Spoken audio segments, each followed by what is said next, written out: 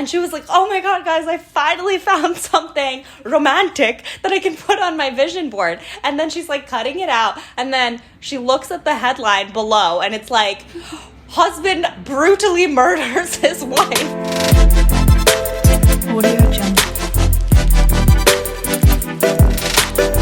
Hello, experts. Welcome back To another episode of Experts About Nothing. Okay, well, we have quite the nostalgic episode for you guys today because, Diksha, what did we hit? We're at 1 year anniversary. And that's why this episode's extra special because we're revisiting the topic that we had our very first episode, and we're doing 2023 vision boards, people. So get yours out as well. Or literally make it because Make it while you listen. It will change your life. It really will. Mm-hmm. Before we dive into our topic, give us a follow on our good old Instagram at Experts About Nothing. You can stay up to date with all of our latest episodes and content on our Instagram. And follow us on Spotify, Apple, or Google Podcasts, or YouTube, you guys. The YouTube's a work in progress. It's very much a work in progress. And hopefully later this year, one of our goals is to start doing video podcasts. So we still need to figure that out because we did a couple of trial runs. It's not looking adorable right now. No. But I bought a tripod back from my house. So hopefully we can give you guys the quality you need and deserve. Correct. Tell us what format you'd like the video pods to be in if you have any suggestions. But yeah, we're going to talk about vision boards. Honestly, making our vision boards this year was a very therapeutic experience, more so than last year, I would say. Yes, and we can talk about a little bit about why. Last year, we made it on Canva, and don't get me wrong, I loved last year's vision board as well. The issue with Canva, and I think a lot of people feel this, is that Canva just gives you almost too much freedom in that you can just find really, really specific things, which is great, but also very overwhelming. So depending on the type of person you are, you can try out multiple different formats or try one out this year, try a different one out next year, see which one resonates with you more. But this year we're trying something new. And we did a visual vision board exercise using magazines, which these days magazines are very expensive. Listen, let me tell you the journey to getting these magazines. First of all, I was like, you can roll up anywhere and get a magazine. That's what I thought magazines were $2 to everywhere. $3. Like I didn't think they were. Yeah, I thought they were free half the time. Like I was like, no one even pays for these things. No one reads them. And then we went to Target and we. First of all, couldn't even find magazines. We were like hunting. In one small corner. Yeah, like at the very end. And then we're looking at them and we're like, oh, there's some magazines, grabbing a few. And then we look at the price tags. They're like $14 to $15 Some per of them are $20. magazine. They're more than books. It's crazy. I know. I was like, no, that's crazy. Then we tried to hit a bodega. I always try to hit a bodega the day that all bodegas are closed, which makes no sense because they're supposed to be open all the time. I don't know. And then we went to CVS, got a few magazines, and Diksha is a CVS queen.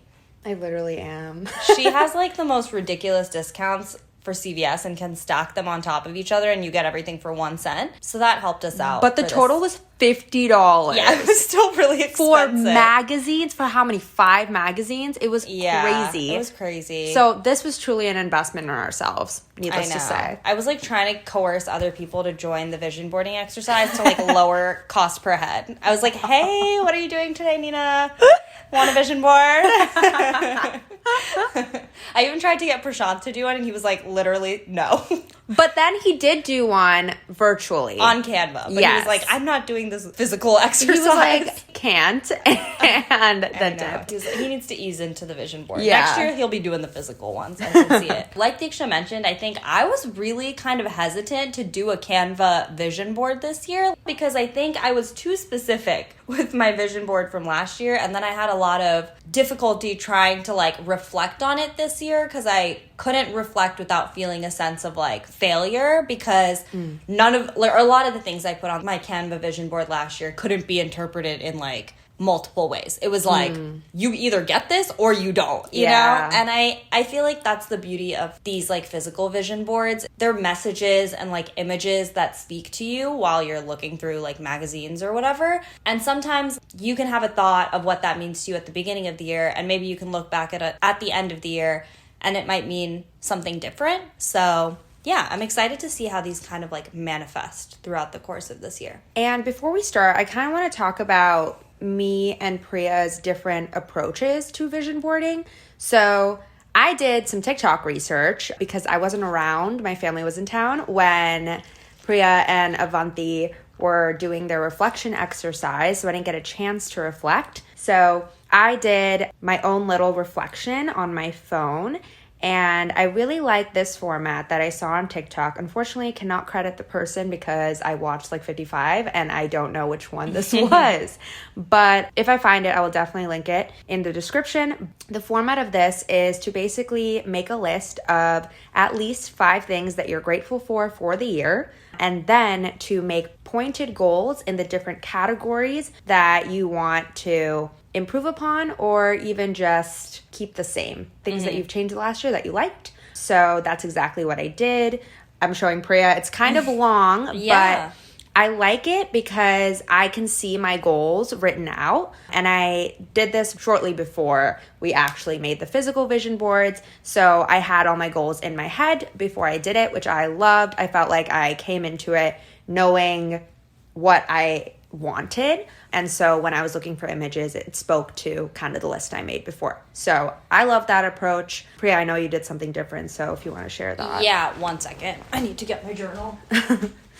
Okay, so all creds goes to Avanti because this is her technique, and we kind of did this last year too, but I don't think I specifically linked this to my vision board last year. Okay, so the first thing we did was like kind of a 2022 reflection, and there were a few different questions that we would read and then just answer them ourselves and like in our journals. And a couple examples are like, when have you felt proud of yourself in 2022? What were you doing? What kept you up at night with excitement? How did you have fun differently in 2022? How did you suffer differently in 2022? So the questions were pretty deep. And so there were about like 10 to 12 questions that we answered.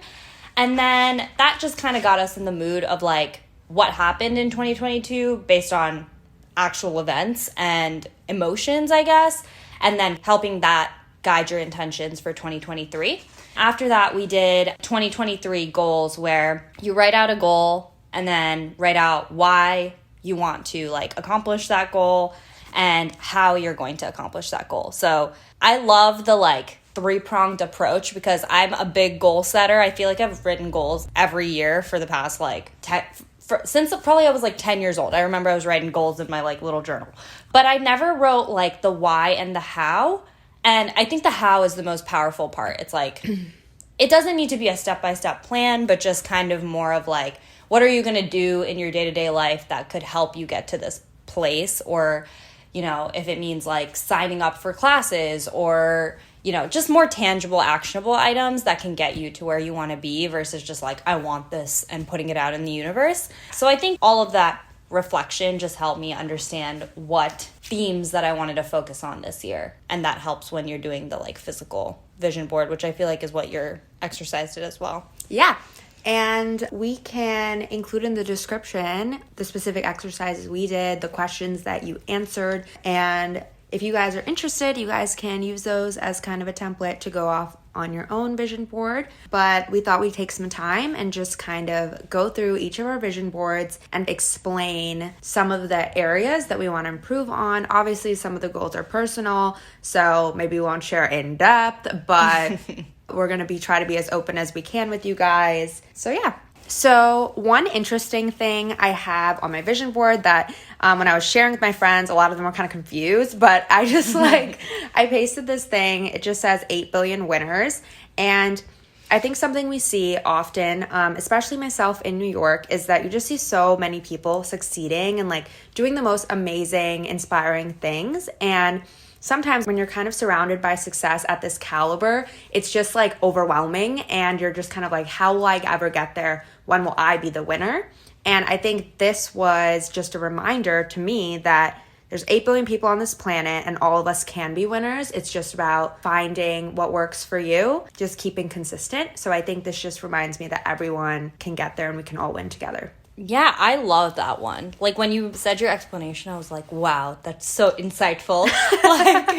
And that's so true. It's like competitive spirit is important, but I think compassion is like more powerful and like it's more inspiring to be inspired by people's wins versus, feeling insecure about yourself when you see them. Okay, so the biggest thing on my vision board says it starts with a vision, which very fitting as we're making vision boards.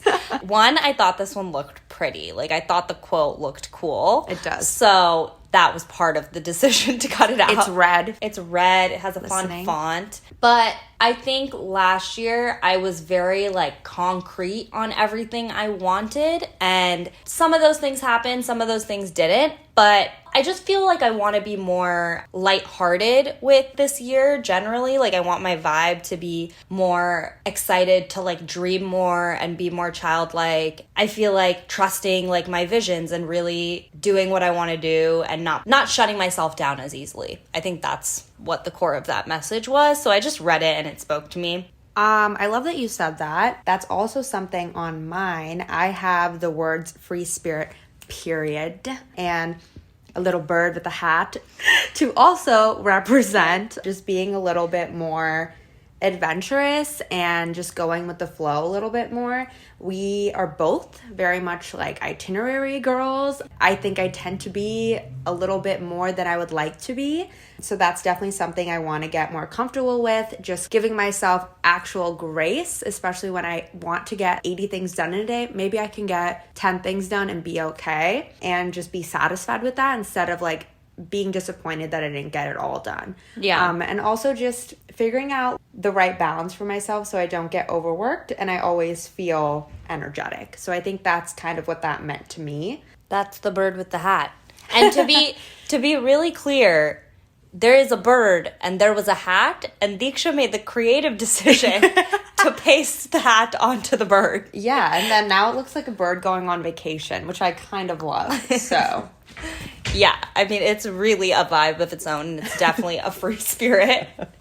Yeah, I love that one. I also think that along with that, with like being a free spirit, one of the quotes that I have on here is boldly ask for what you want. We're also both overthinkers and have serious imposter syndrome, which honestly, I think we've been working really hard to dismantle this year, or at least start dismantling this year. But yeah, this title spoke to me because that's the energy I want to go into at work specifically, like being more articulate about what I want, having that clarity myself, and then not being afraid to speak it into existence to like people who actually want to hear it, Like, I feel like I'm very open with my friends and family about like my dreams and career aspirations, but when it comes to having those conversations at work, I'm a lot more guarded because I'm just fearful that they won't see me the way that I would hope they would see me or like what I want for my future. But being more bold with that and taking more risks is the energy I'm trying to channel for this year and like continue to build that confidence. Oh, big slay. That's fire. And I think that's like honestly what so many people are striving for. Definitely in the workplace, given you also work at a very small company. So it's like, it's harder because kind of everyone you interface is like a big deal, But something I also had on my vision board is I'm the effing president, semicolon. Yes, and you are. I feel like that also speaks to similarly owning your life and not being shy about, first of all, your thoughts, and second of all, knowing that you're the president of your life. So your time, your efforts, all of that is your choice. At the end of the day, you committing to a job, a hobby, anything is a choice for yourself. And just reminding yourself that, your presence is important. And I think that's what being the president kind of means to me. Like, they're an important figure. So I'm like, I am the president here. So, and I also have the phrase on top of the world because I just want to wake up feeling more empowered and less drained. And I want to balance my days out a little bit more so I don't feel drained as often as energetic. I think balance is a big theme. And along with that, we both were really prioritizing mental health for like phases this year, I think, but like would burn out of it sometimes. And then that's when you get into that cycle of feeling drained every so often. So one thing I have on here is microdose your wellness. Love that. Which, true that. Like I literally saw that. I was like, absolutely, I need this message so bad. Just to be balanced with like the approach that I'm taking, making sure that the changes or like habits I'm trying to integrate into my life are scalable and not gonna just, you know, be like a phase. I really want to like implement things that make me feel good and also be honest when maybe something's not working for me and being more open to like changing that in a productive way versus forcing myself to do something until I just stop, you know, and then feeling like I failed at a certain habit. Like, for example, the whole like personal training thing. Like I was like working out really hard with a personal trainer, and then once that kind of ended, I just fell off working out as a whole, where I feel like what I needed to do is just integrate things that I learned from that experience and try to make it more accustomed to like my current lifestyle. That's a big one for me this year. I love that. And something that was on mine is this quote. It says, "Sacrifices that incur big personal costs over time can spell disaster for a relationship." And wow, did this speak to me? I feel like I'm just so 0 to 100, and I do really enjoy helping people, helping my family, helping my friends, like with whatever I can do. But sometimes I definitely overdo that, not because they even ask me to, just because I just like want to. And I think over time, it just really burns me out, and I don't even realize until I'm fully done, like out of steam, out of commission.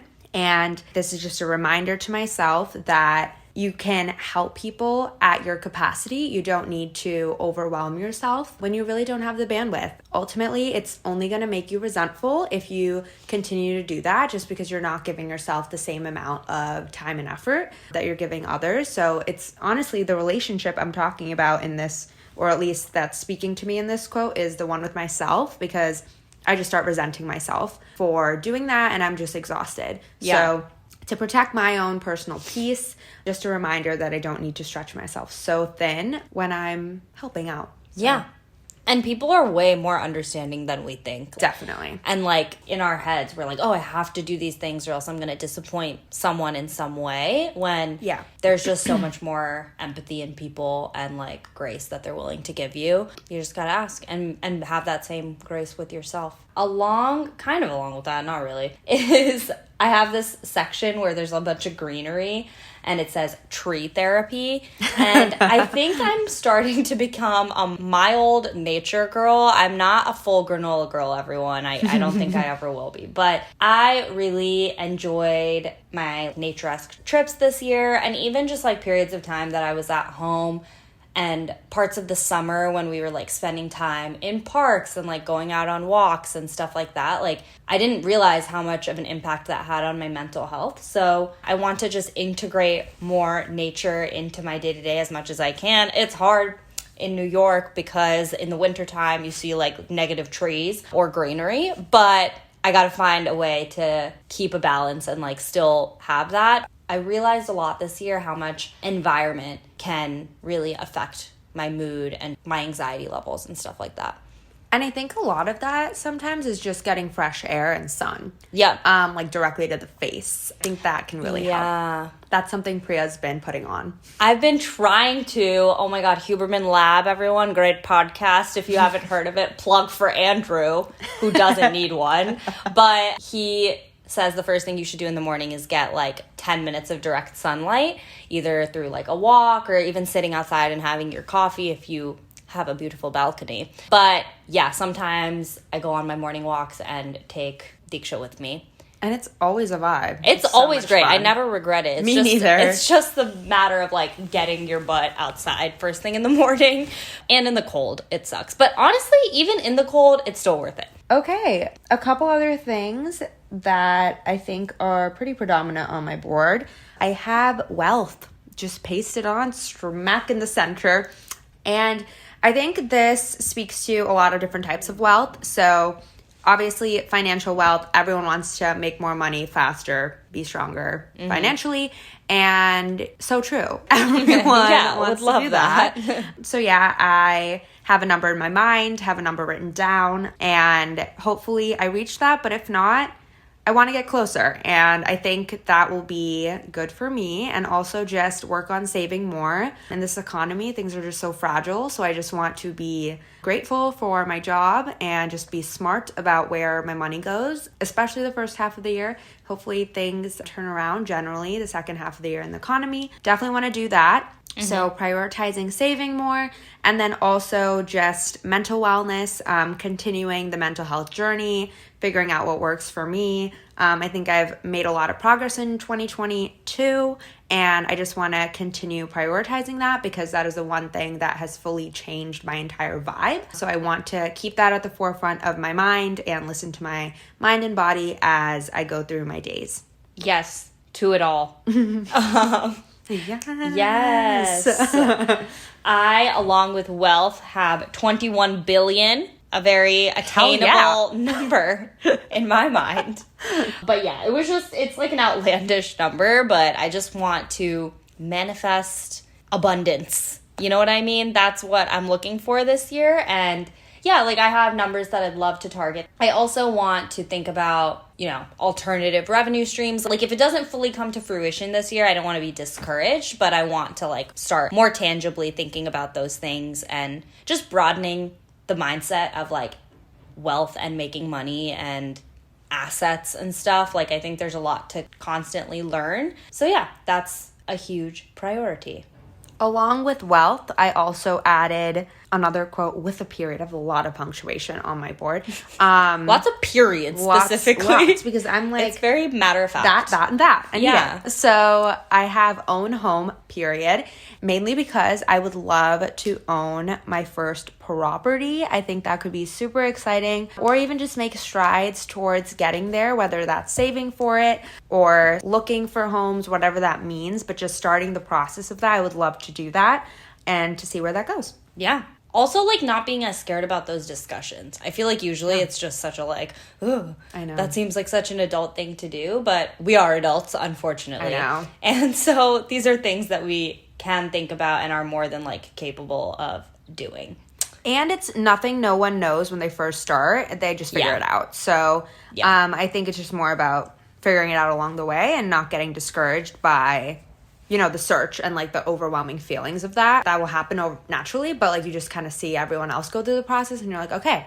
And that's how you learn. Like that's how everyone started somewhere, And it's kind of like the stock market. Like no one knows what the fuck they're doing when they first like start it. And then you're like, okay, now I know what to do. I know what not to do. I have some tips and tricks, and you kind of learn more along the way. So financial wellness. Okay, the next big thing I have on here to pivot is we can use sound to uplift, heal, and connect. And yeah, I think 2022 was honestly a very successful year for like music for me. Lots of amazing albums that were dropped. We went to Coachella. I went to the Kendrick concert, like all these like really cool experiences. And I realized I love spending my money on music. I don't know. Like I think it's a form of like entertainment that makes me probably the most happy, I would say. So I want to keep doing that. And whether that's just listening to new types of music, dancing in my room, like whatever, you know what I mean? Like just being more joyful about it and excited about it. Yeah. And something hobby related, I have finding my voice, and I think that resonates to a couple things, mainly the podcast, because one of my biggest goals with creating this podcast is to just get comfortable with my own voice and my own opinions and being more open to sharing my life and also my thoughts on things. And I feel like 2022 is a big year to start that. I'm super proud of both of us for how far we've come on the pod. And I'm really excited to see where we can take it this year. And this is just to signal that we're going to continue doing this and it's going to continue getting better. And it's definitely something that I'm starting to enjoy more and more instead of being fearful of. It's so exciting that like something we've always wanted to do is also just helping us in self-development at the same time. Definitely. Along with that, the thing that really spoke to me about the pod that I found was this quote from an article that says, it's hard to put into words what representation means to people who so rarely enjoy it, how it feels to see for the first time. And that, I think, is another huge intention of our podcast, just have the luxury of getting to converse with the South Asian community and really getting to formulate connections within that community, and also sharing our own perspectives on it and like contributing to that general conversation. And I just know that like 10 years ago, we would love to have listened to voices like ours and would have been really excited and inspired by it. So I just love like kind of level setting what the intention of this space is supposed to be. And that just makes me feel really good, like every time we put anything out. Yeah. And to go along with that, I also have One Step at a Time on my board. And this just signifies just to keep going, even if we don't see immediate results. And I think another quote that is not on my board, but is one that I was thinking about when I saw One Step at a Time, is just that it takes 10 years to really do anything and become great at anything. And I keep hearing that on different podcasts and stuff. It's funny how you said how like 10 years ago you would have loved it. Mm-hmm. And I'm confident that 10 years from now, we're going to be so happy we did this, because I think it'll really be a catalyst to a lot of other goals we have. It's just a reminder that we have to keep at it if we want to get to that ultimate destination we have in our mind. And it's not necessarily about year 1 and 2.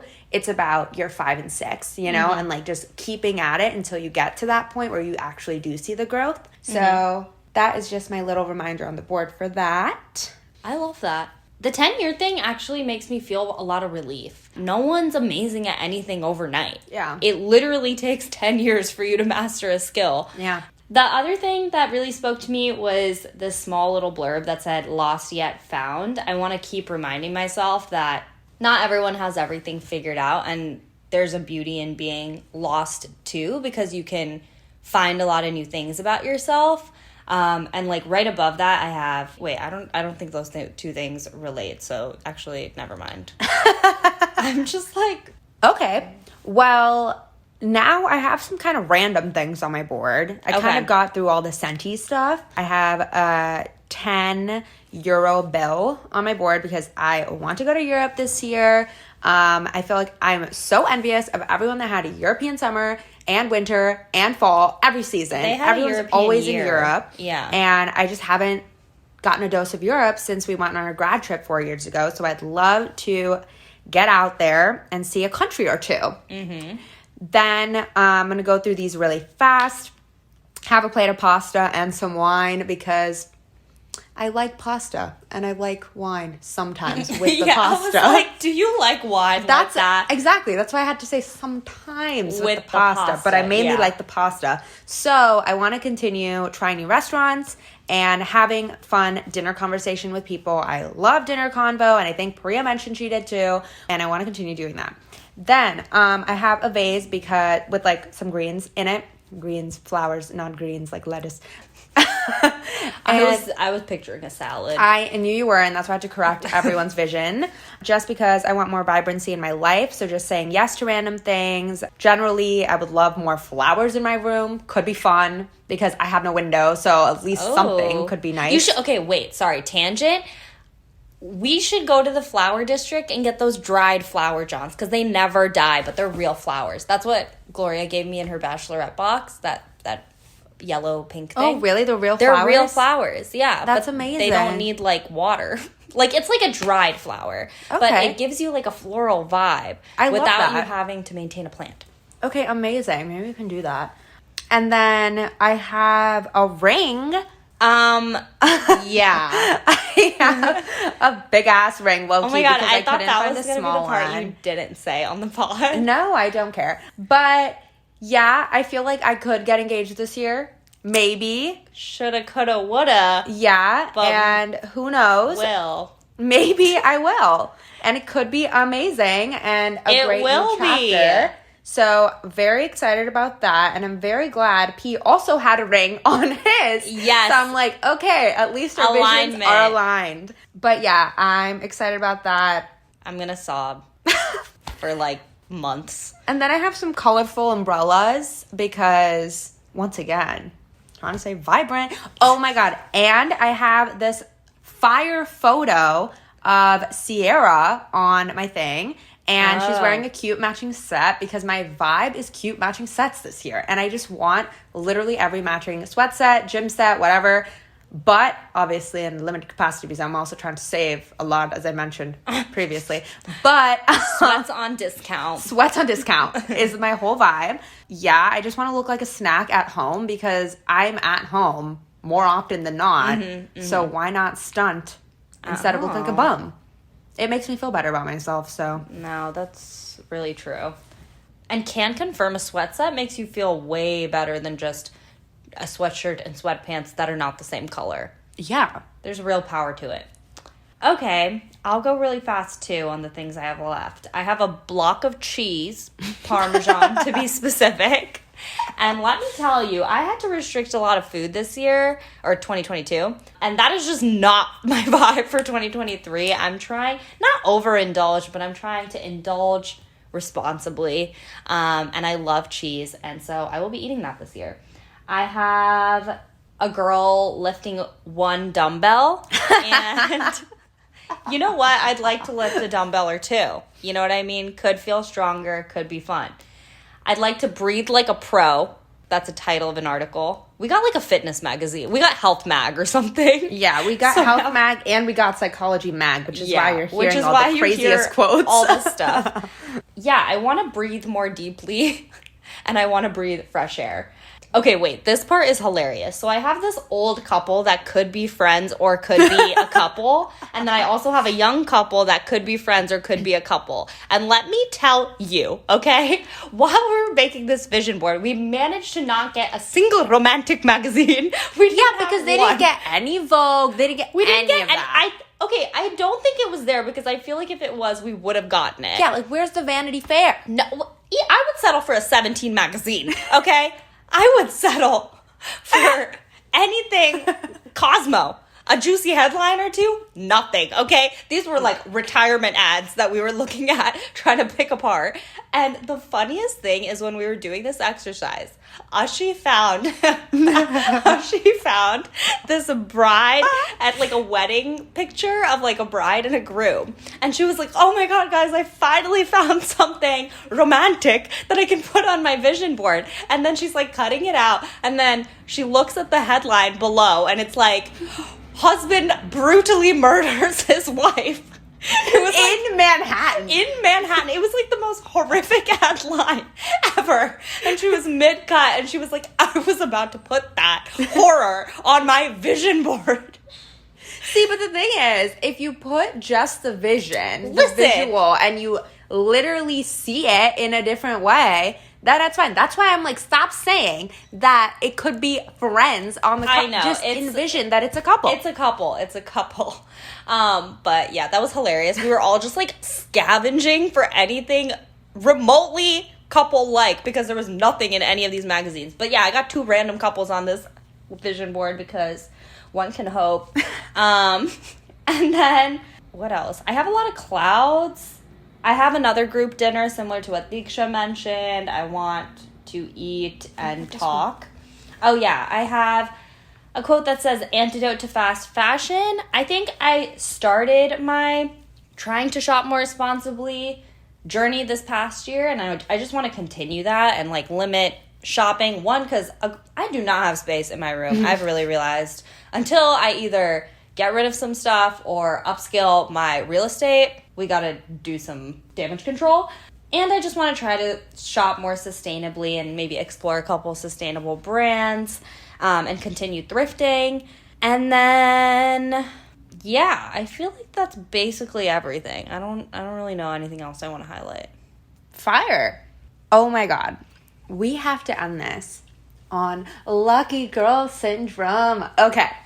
If you guys have not heard about lucky girl syndrome, it is kind of blowing up on TikTok, but I have really been on just saying the lucky girl mantras. And if you don't know, it kind of just goes something like this. You just wake up every day. Different people have different kind of like strategies to do it, but they wake up and kind of the first thing you think about is just, I am so lucky and everything works out exactly the way I want it to.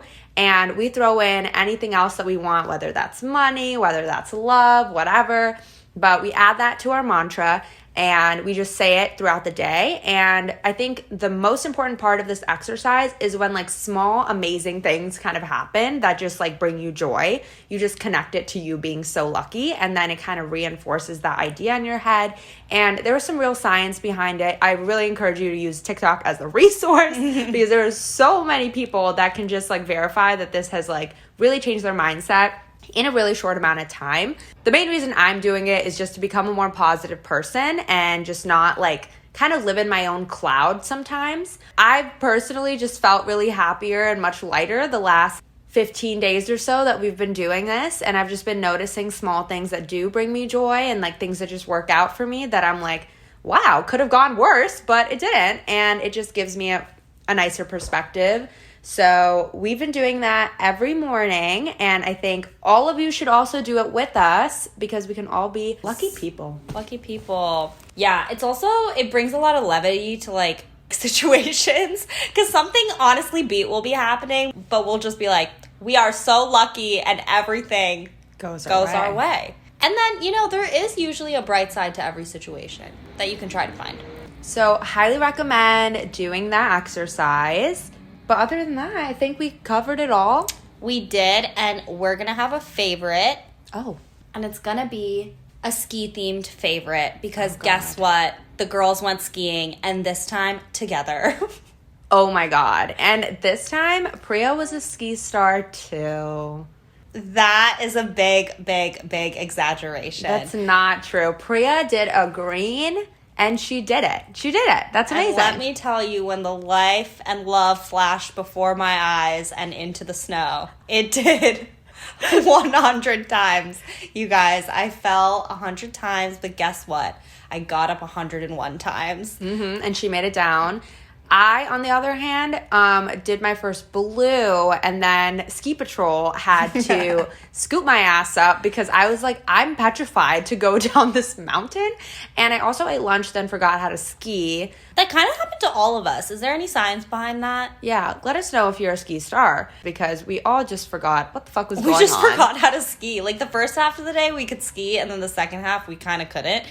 Let me first preface this by Diksha lapped us on the green twice before even going on this blue. Like, she is a ski star, actually. But then the blue, I think this entire, we went to Okemo, and my thoughts on the matter, even though I have no expertise, is that this shit is rigged. Like, the greens are blues, the blues are blacks. And the bunny hill, low-key a green. So I'm just confused because I was like, I had gone on a green the first time I went skiing. Granted, I was not doing well then, but it was a small, like, it was like slightly more intense than the bunny hill, but still manageable. So that's what I was expecting going in. And then this was like a 1.5 mile ski expedition. So we were like, when I say it took 30 minutes to just get to like the starting of the green, I was like, where are we going? No. The amount of fear that was mounting in my chest as we were on the ski lift going up, I was like, I have made a grave mistake. Like, every moment that passed, I was like, okay. I thought this was going to be a 5-minute ski lift. It's 30. It was 30 and so now minutes. I'm at the top of the mountain. And guess what? Ski Patrol ain't coming down on these greens. Okay, they think you guys are good. And there's like 2-year-olds lapping me. So terrifying but fun is what I would describe that as. Yeah. Okay. Did you have anything else to say? Oh, no. I was just saying, but my favorite was, I would say the après ski scene was so fun because we hung out with all of our friends and we made some cute dinners and it was just such a good, wholesome time. I feel like we literally had the best time post-skiing and loved the skiing also, but just generally, I think it's always so much fun to have ski trips, even if you have no idea how to ski, just because of all the QT you can spend in the cabin and like in the ski towns. It's so fun. That was also honestly my favorite. Like, I think the cabin was my favorite. Oh, like the actual physical cabin. House that we had was just so big and like really very beautiful. luxurious. Yeah. And I have never been on a trip where I don't have to share a bed. That just never happens. We're usually like 6 to a bed, honestly. Like we're like just rolling into one we love hanging out with each other, but it's so nice to get a nice sleep. Some people were sharing a bed, usually like the couples were, but all of us got like really nice sleeping arrangements, and I was like, say less. I'm waking up rejuvenated like every morning. I just felt great. So it was a very fun time, and I thought it was a cute, wholesome thing because our very first episode we were talking about how Diksha was a ski star, and now Priya's a ski star too. I'm really not, you guys. Like, I just am not. Priya, I'll you're come so on lucky, trip. and everything works out her way. I am so damn lucky. No, that I was saying those lucky girl syndrome mantras through that. I'm like, I am so lucky I survived. Jeez. Jesus. Okay. Thank you all. Thanks, guys. See you next week. Bye.